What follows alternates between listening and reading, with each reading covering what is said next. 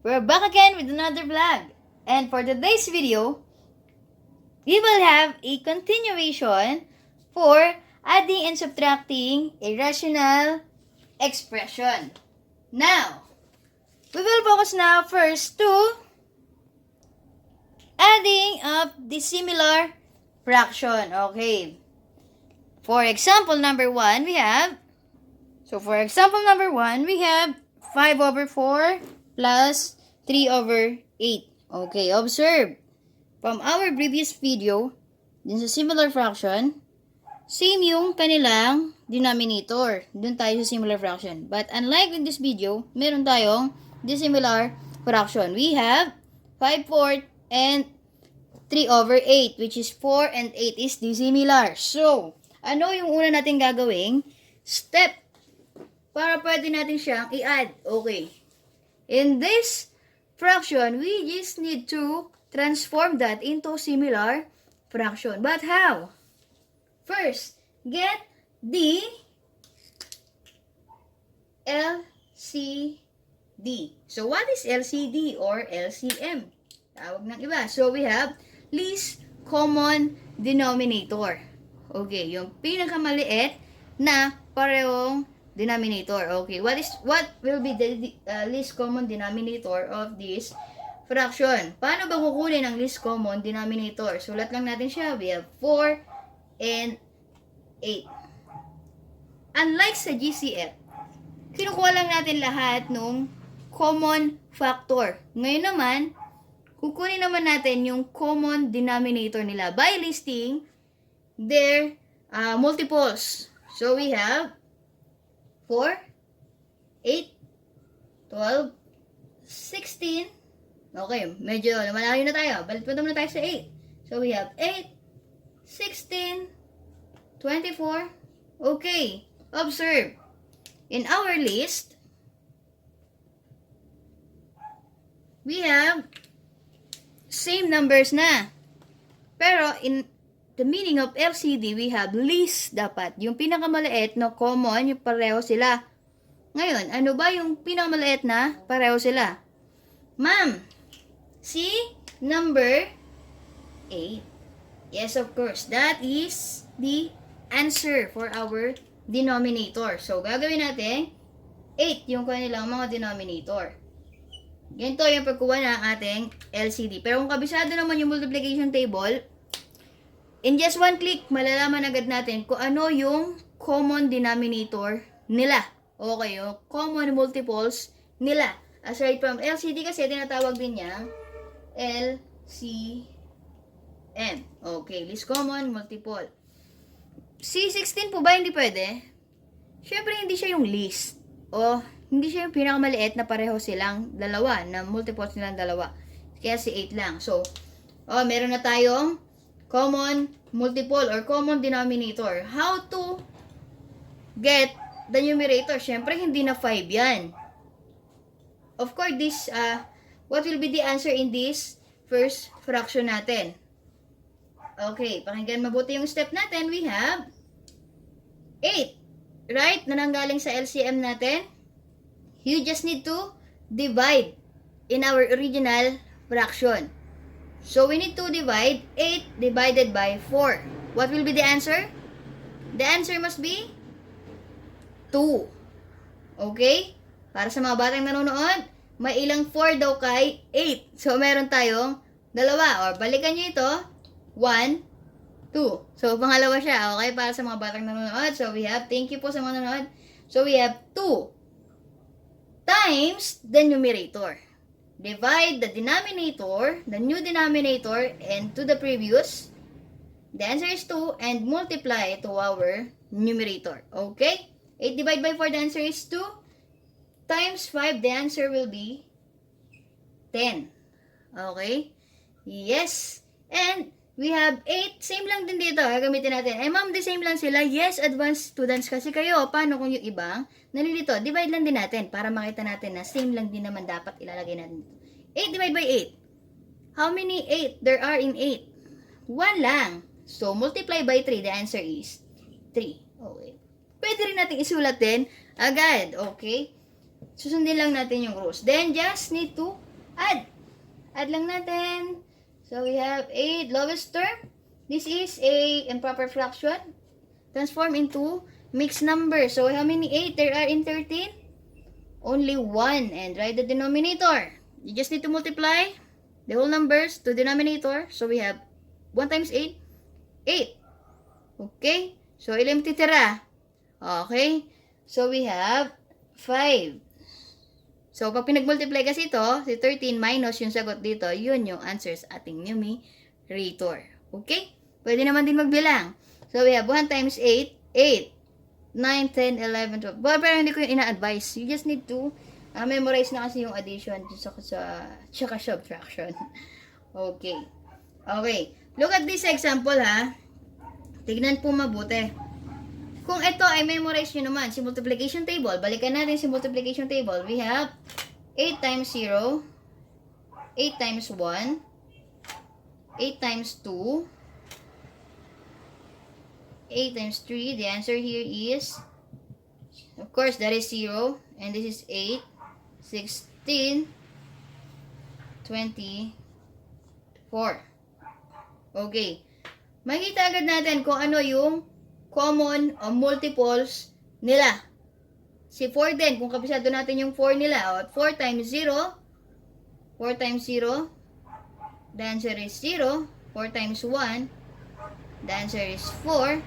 4 times 2, the answer is 8. 4 times 3, the answer is 12. Galing lang lahat kay multiplication table, yung mga ginagawa natin pagdating sa multiplication of fraction, lahat po yan galing doon. Ngayon, magagamit din natin siya sa addition of dissimilar fraction. Okay, nagets po kung kabisado? Yes, makukuha natin agad na ang multiples po pala, least common multiples po ng 4 and 8 is 4 times 2, tsaka si 8 times 1, which is 8. Dun yung least common multiple. Okay, same lang din naman pag nilista rin ng ganito. Ito naman is, ano sabi ko kanina? Get all the multiples. Kung kabisado to, wala tayong magiging problema. Okay, let's move on now to the next example. We have, okay, for example number 2, ayan, kakambal kasi lagi si minus eh. Mamaya, may tatransform natin yan into minus. Bakit? Observe the denominator here in our example. Siyempre, dissimilar fraction po yan. Okay, how to add or how to transform this example, example number 2 na pala tayo, this example into similar fraction. O, dapat magkamukha yung kanilang denominator. So, how? First, paano ba magiging magkamukha itong ating denominator na j minus 4 and 4 minus j? Okay. Diniscuss na natin yan before. Okay? Halos same lang kasi sila eh. Okay, may j at saka may 4. Yung ating pagkakaayos lang yung na iba. Ngayon, paano yan napapalitan? Okay, ito na lang natin palitan natin kasi ito variable na nasa una. Wala nang problema kahit ano palitan nyo dyan. Okay, ngayon, zoom out lang natin siya dito. So, we have 4 minus j. Transform this into j minus 4. Now, you just need to multiply this into negative sign. Diba? Naalala mo ba? So, multiply natin yan sa negative sign. Magkakaroon tayo ng negative 4 plus j. Yes! Okay, nare-remind na ba ng iba? So, we have negative 4 plus j. When we multiply negative sign into our expression, we will have yung kabaligtaran ng sign niya. Kung positive ito, magiging negative. Kung negative ito, magiging positive. Balikan lang yon. Meron tayong j, which is positive, and minus 4, which is, the 4 is negative. So, they are the same na. Okay. Ayusin lang natin yung pwesto niya. So, hindi na mawawala yung negative. So, magkakaroon na tayo ng negative j minus 4. So, they are the same. Ma'am, hindi pa rin sila the same kasi mayroong tayong negative sa labas. Okay, itong negative na to, gagawin natin siyang, rewrite natin, we have j over j minus 4, negative. Imbes na addition, yung gagawin natin, itong negative, gagawin natin siya dito. Negative o minus 4 all over j minus 4. Ma'am, okay. Balikan lang din yung review nung nakaraan. Bilang tayo. Nung nakaraan po kasi, ginawa na rin po natin. Yan. Okay? Dahil yung mga negative signs na nasa denominator, ilipat lang natin sa numerator or sa gitna nung o nasa mismong bar line. Okay? Naaalala po? So, thank you. For our example, we will have meron tayong similar fraction. Just copy the denominator. We have j minus 4. And just need to subtract the numerator. So, we have j minus 4. Ma'am, they are the same. Yes, they are the same. So, what will be our final answer? Our final answer is equivalent to 1. Very good. So, mabilis nating nakuha. Ito, okay. Lagi lang i-observe yung ating mga denominator. Hindi porket may 4 at may j, they are similar fraction. Okay? For example number 3, let us move on now. Okay, for our next example or our number 3 example, ma'am. Bakit ganyan? Okay, we have b plus 3 all over b squared minus 9 plus 1 all over p minus 3. Okay? Kung may naririnig kayong kanta, hindi po sa amin yun. Wala po sanang makopyright. Kasi kapitbahay namin maingay. Nagpapakanta, nagpapatugtog. Sorry po Ayan. Punta tayo dito. Ma'am, paano yan? So, huwag malungkot o huwag matakot. I-solve ito yung mga ganitong problem natin. Look at this denominator. This dissimilar fraction into similar fraction. How? Look at this. Okay, zoom in ulit natin. Okay, meron tayo b squared minus 9. Kasi dapat similar fraction sila, di ba? Parang hirap tignan. So, etong b squared minus 9 ay, yes, of course, factorable. So, factorable siya. So, ipa-factor lang natin siya. So, anong factor niyan? Perfect square ang first term. Perfect square ang next term or final term natin. We just need to factor or use our formula. Balikan po natin yung mga previous video natin. We have just need to write b kasi perfect square sila and yung final natin is perfect square of 3. Then dahil negative ito, magkaiba sign, plus and minus. This will be the denominator for this. Okay, transform natin ito yan dun sa ating problem, okay? So, we will have, kinlalakas mo ko yung boses ko, pasensya na po, at maingay sila. Teacher tayo, kailangan natin maturuan yung mga estudyante. So, we will have b plus 3 multiply by b minus 3 plus 1 b minus 3. Ma'am, almost malapit na po tayo. Yes, of course. Meron na ring b minus 3 sa first fraction natin. Okay, purahin na natin to para magsusolusyon tayo dito. Okay. So, sana natandaan lang yung pagpa-factor ng perfect square natin, ha? Okay, paano po yan? Okay, observe po ulit natin itong first fraction natin. Okay, yan, okay na naman. Dati so, ngayon okay na yung pinaka-binibilang nyo, ha? Yan, pwede tayong mag-cancellation. So, cancel b plus 3 because they are the same. So, we will have na lang b minus 3, b plus 3 kinancel natin. So, 1 na lang matitira sa numerator. At ang matitira lang dito ay b minus 3 plus 1 all over b minus 3. Yay! They are the same na. So, they are this similar fraction na. Similar fraction na. So, we just need to add the numerator 1 plus 1.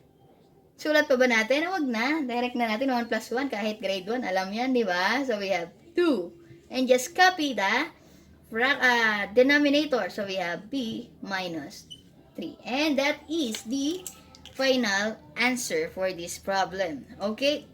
Just first, tandaan ang word na observe.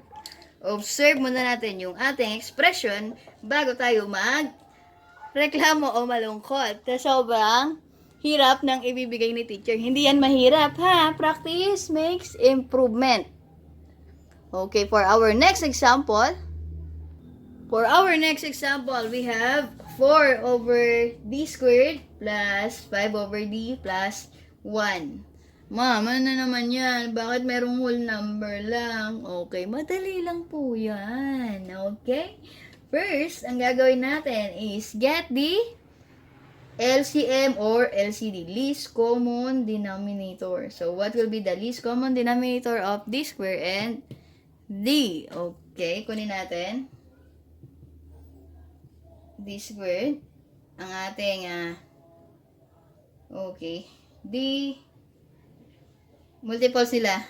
D squared, d cubed, d raised to 4, and d squared, d cubed, d raised to 4. Okay, so madaling salita, madali lang hanapin ang LCM ng ating variable. So, meron tayong d square. Ayun na, buksan. D square. So, si d square ang gagamitin natin. Okay, dahil meron tayong tatlong fraction plus d square, d square. Yes, of course, sa mga nagtatanong, yung ating whole number, magkakaroon na tayo ng fraction doon. Kasi kukunin natin LCM ng hindi lang dalawa. Silang tatlo po. Okay? So, we'll have, ito kasing si 1 natin, yes, whole number siya. Pero, ang reciprocal kasi niya is 1 over 1. Tama po ba? So, fraction din po siya. So, we have d squared. Yung rules natin, just need to divide in our first fraction, d squared, divide by d squared. The answer is 1 times 4. Okay? Yes, okay. 1 times 4 is 4. So, we have d squared divide by d. Tandaan, pag nagdi-divide, d squared divide by d, ang ginagawa lang natin dyan is d, the numerator exponent natin is 2, minus the exponent of our denominator 1. So, will be the answer is d exponent is 1. Hindi na natin sinusulat yun, okay? Understand na yan na may 1 na exponent yan. So, we have d. So, d squared divide by d, the answer is d times 5. The answer is 5d. Okay? Yes, that is correct. So, we have, last na, d squared divide by 1. The answer is d. Multiply by 1, we have d square. Gets? Yes, dapat. Okay, erase na natin to para may paglalagyan tayo ng answer. Yung mga review natin, kung gusto niyo yung detail dyan, balikan niyo yung mga previous videos natin. So, dahil same na yung ating mga denominator or similar fraction na meron tayo, you just need to add. But first, write the denominator, then add all the numerators. Ma'am, pwede po bang pagsamahin si 5d at si d squared? Dahil pareho silang may d. No. Magkaiba sa na exponent. Ito is squared, ito ay 1 lang. So, we have, huwag nyo na pahirapay sarili nyo. You just need to copy that lang. 4 plus 5d plus d square. Okay, ma'am, factorable pa po ba yan? Parang ilo-lowest term po natin, di ba? Factorable po ba siya? Okay. Yes, of course. Factorable si 4 plus 5d plus d squared. Kasi, ayusin muna natin siya, ha? I-decreasing. So, we have d squared plus 5d plus 4 all over 3d squared. Okay, tingnan mabuti. Okay. Kasi, pag ito lang yung final answer, siguro bigyan tayo ni consideration ni teacher, bigyan tayo ng score. Because, tama naman po ito. But, not yet. Simplify na siya. Hindi siya nakasimplify pa. Okay? Gagawin natin siya into simplify. Formulain na po natin to, ha? Meron pa po kasi tanong, hindi pa pwedeng mag-cancel na lang po tayo. Dahil siya ay factorable, hindi natin siya pwedeng i-cancel. Si d squared and d squared. So, we will have, lipat natin dito, yung continuation niya. Lagyan natin ng marks para hindi malito yung mga nanonood. Ito na yung next, ito yung next. Dito natin ito. Okay. So, factorable siya. So, i-factor natin siya by perfect square kasi yung ating first term and our final term. So, we have paano mag-factor, ma'am? Balikan yung mga previous video dahil tinuro ko step by step kung paano ang pagpa-factor. So, we have pas plus ano yung factor ng 4 natin na pati natin masatisfy yung middle term? 1 at saka si 4. Okay. Ako, paano nakuha yan? Hindi magic. Balikan yung ating mga previous video. So, this will be our final answer. So, for our next example, iba't ibang style ng mga example natin para hindi tayo malito. Okay po. Okay, we will have example number 5. Bilisan natin kasi last one pang example para sa iba namang style ng pag-a-add ng dissimilar fraction of rational expression. So, we have h all over h squared minus 5h plus 6 plus 3 all over 3 minus 4. Okay. Ang pinaka-clue na ibibigay ko sa inyo, observe pa rin. Observe yung first fraction and observe the final fraction. So, ito, factorable yan. Hindi ibibigay ng teacher nyo yan kung ganyan kahirap ang itsura, ha? Factorable po ang ating h squared minus 5c plus 6. Kukunin kasi natin ang LCM or LCD na tinatawag natin. So, we have, factor ko na po, h. Kung paano ulit nakita to, nagawa to, hindi magic, ha? Balikan ang mga previous natin. So, we have 1 and 6. Hindi siya magic. Sorry. At dahil hindi magic, biglang nalito sa factor si ma'am. Hindi siya 1 tsaka 6. Siya ay 2 and 3. Okay. Ganun lang kabilis mag-factor kung kabisado. Balikan yung ating previous video. So, we have h. Ito yung factor ni h squared minus 5h plus 6. Kung bakit naging ganito, please balikan ang mga previous video natin. Then plus 3 over up. Tignan, 3 minus 4 is, yes, negative 1 into negative 1. Yes po. Gagawin natin siyang negative. Dahil negative 1 na yan, papalitan natin ito ng negative 3 na lang. Okay? 3, tapos negative 1, the answer there is negative 3. Okay pa? Okay. So, kukunin natin yung similar fraction nila. So, we will have h minus 2, h minus 3, plus, minus na pala siya.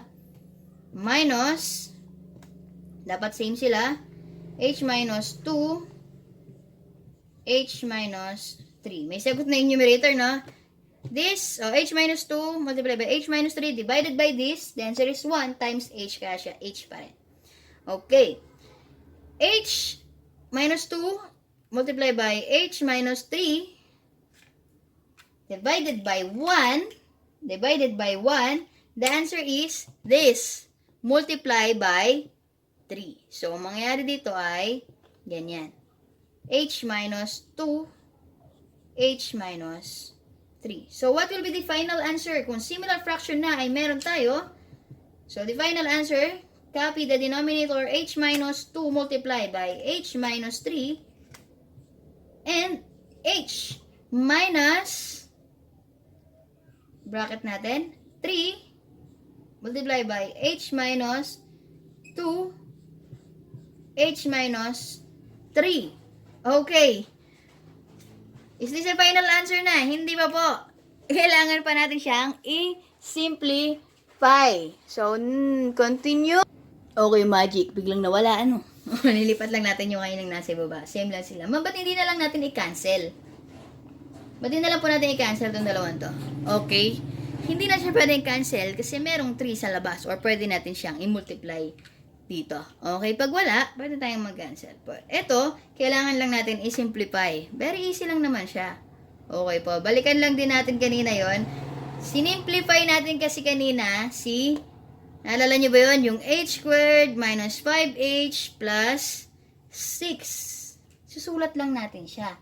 Kasi yung denominator natin, wala na tayong problema. So, we have h minus 2, h minus 3, we have h minus, balik natin yung kanina natin, 3 multiply by h squared minus 5h plus 6. Okay, and is this a final answer na ba? Not yet. Because we need to distribute negative 3 doon sa trinomial natin para ma-simplify pa po natin. So, ito na. Remember, kapag nagdi-distribute ng negative, yung mga signs na nasa loob o yung trinomials natin, mababago yung mga sign. So, we have h minus 3 times h squared, magiging 3h squared.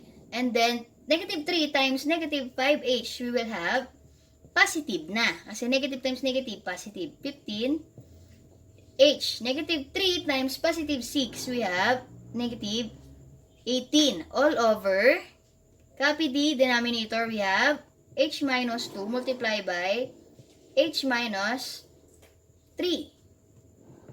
So, combine like terms. Sino ba yung like terms dyan? Siyempre, yung may parehong numerical coefficients, tsaka yung may same variable. Si h at tsaka si positive 15h. Sila yung may common variable.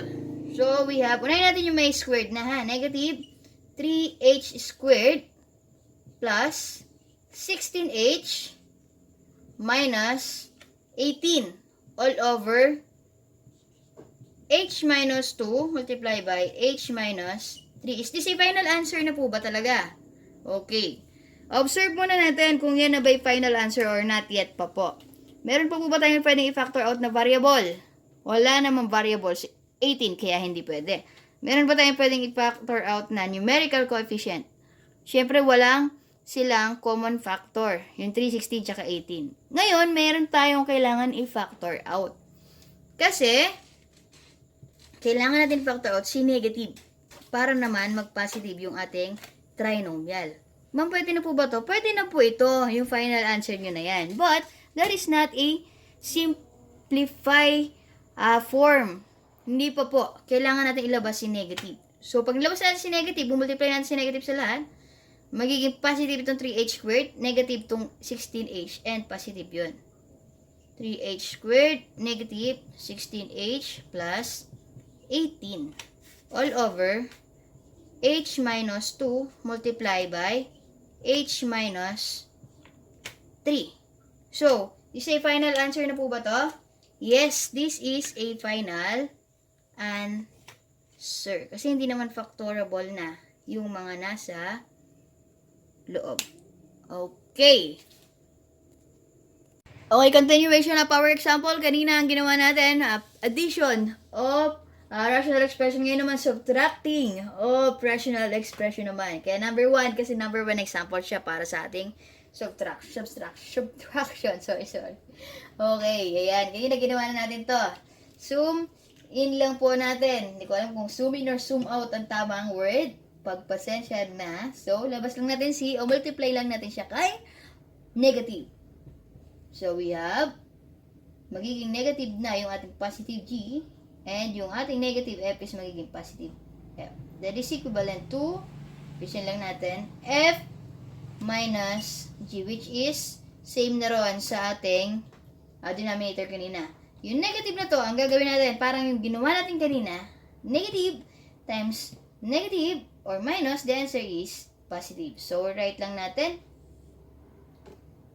So, kung magiging positive na siya, yan na yung gitna niya. Positive dapat, di ba?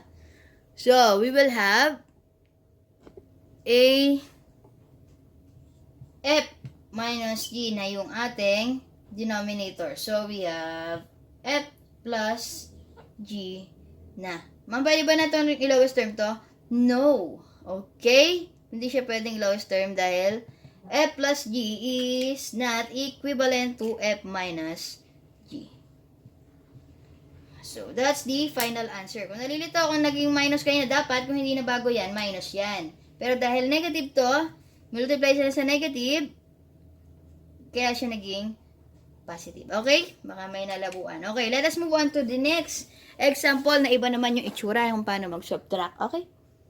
Oh, medyo kakaiba yung ating example. We have 5 over 2e raised squared, or raised squared, sorry, 2e squared minus 15 all over 4e. Ngayon, para hindi malito, kunin natin LCM or LCD first ng ating numerical coefficient.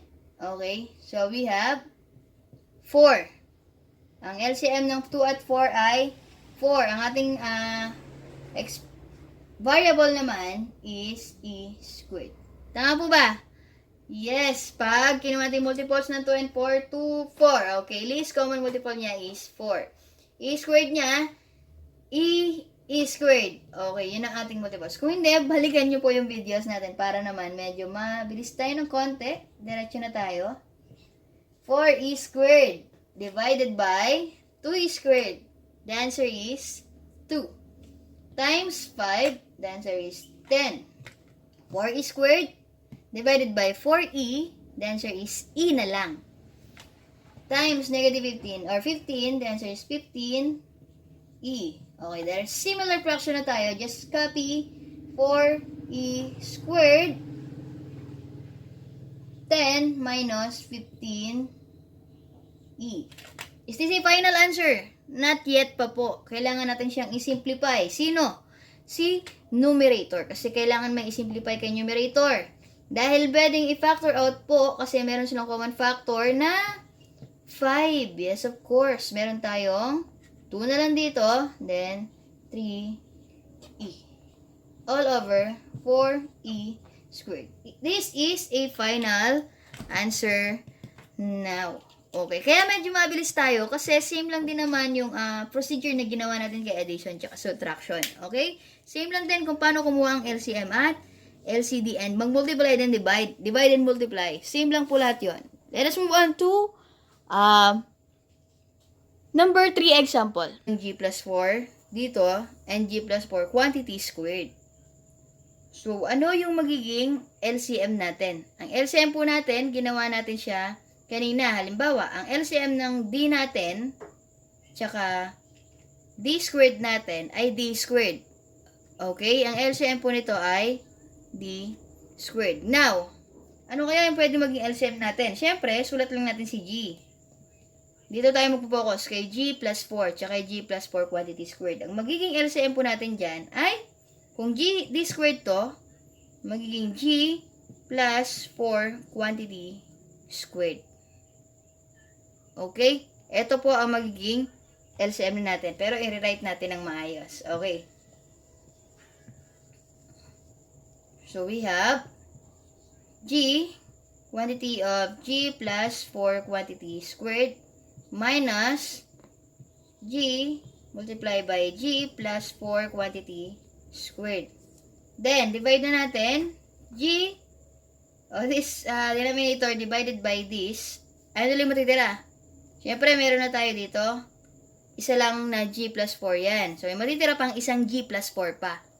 Tandaan muna, G plus 4 quantity squared is equivalent always to G plus 4 G plus 4. Okay, review lang tayo na mabilis. So, kung G multiply by G plus 4 quantity squared divided by this one, ang matitira dyan ay, sulat muna natin yung G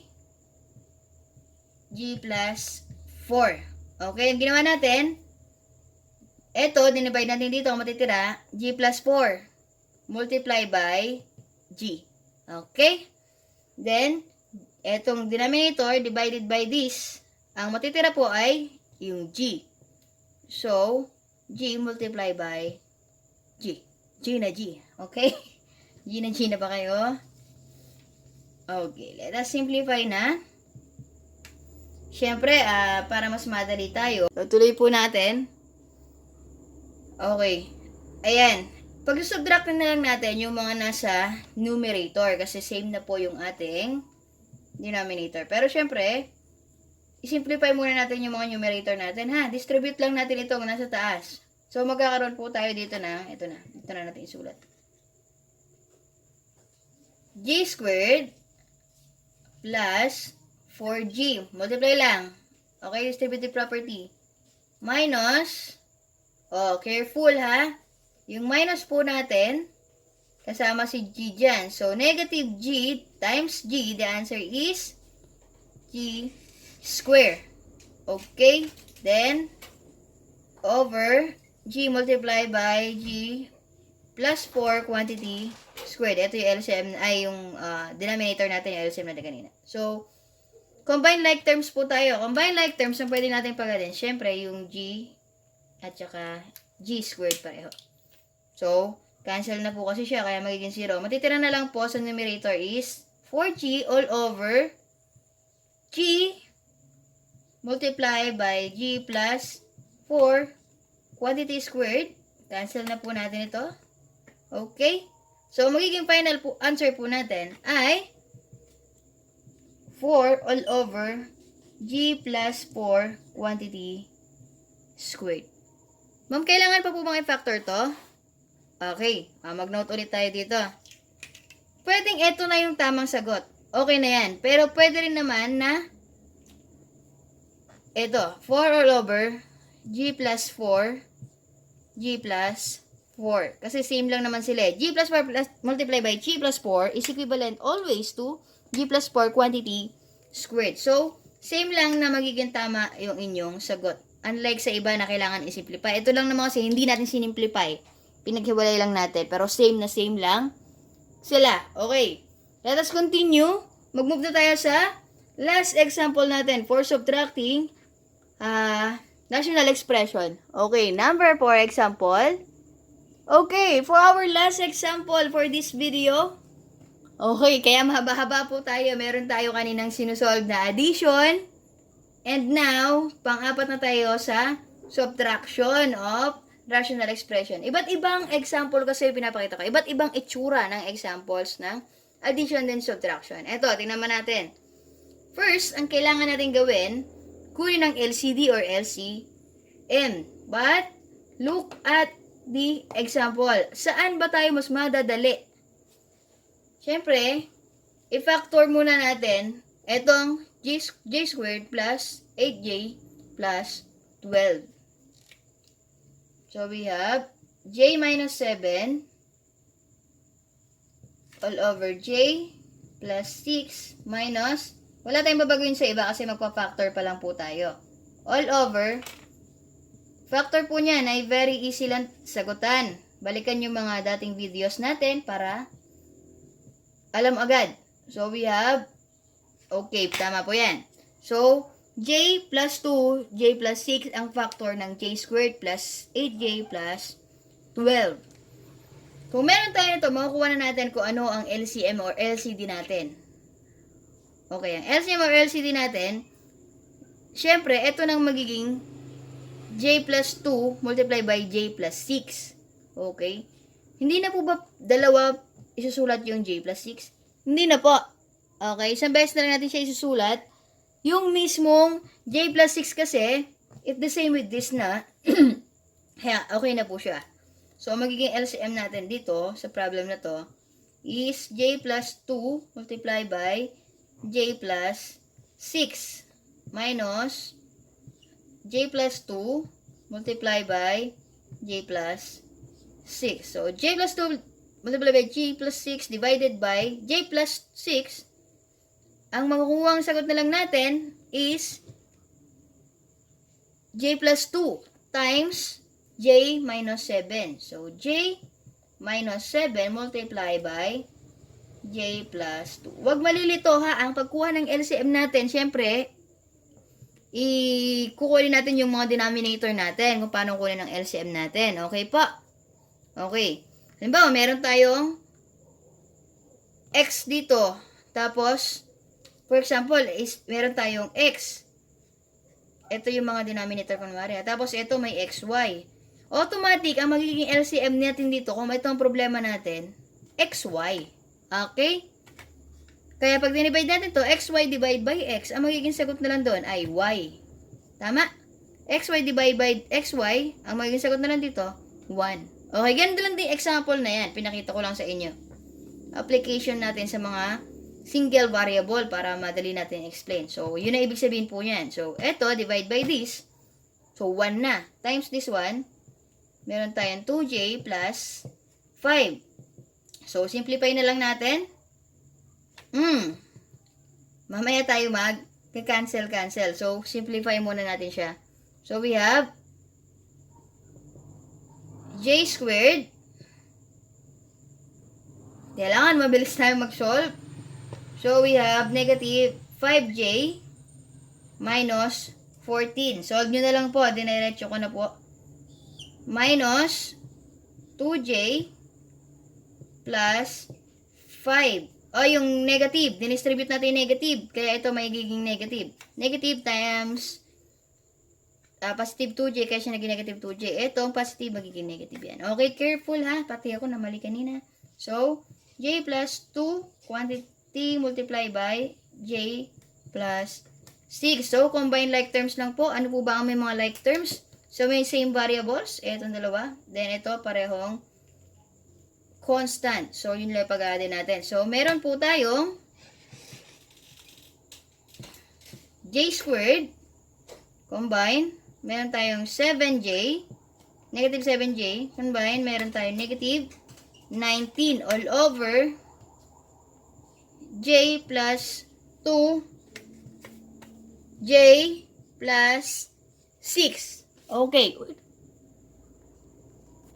So, is this a final answer na ba? Yes, of course. Kasi wala nang factored form si j squared minus 7j minus 19. So, this is our final answer. And for this video, tapos na po tayo. So, balikan na lang, ulitin yung video para mas lalo nating maintindihan. Tsaka kung paano mag-factor ng mabilis, syempre balikan yung ating mga previous video na makikita lang sa ating channel na Teacher Maripa. So, if you like this video, please leave a thumbs up and share it to your friends. Comment down below your questions, clarifications, and suggestions. And don't forget to subscribe to my YouTube channel, Teacher Maripa, and hit the notification bell for more updates and for more videos. Annyeong! Bye! God bless! Stay hydrated, everyone!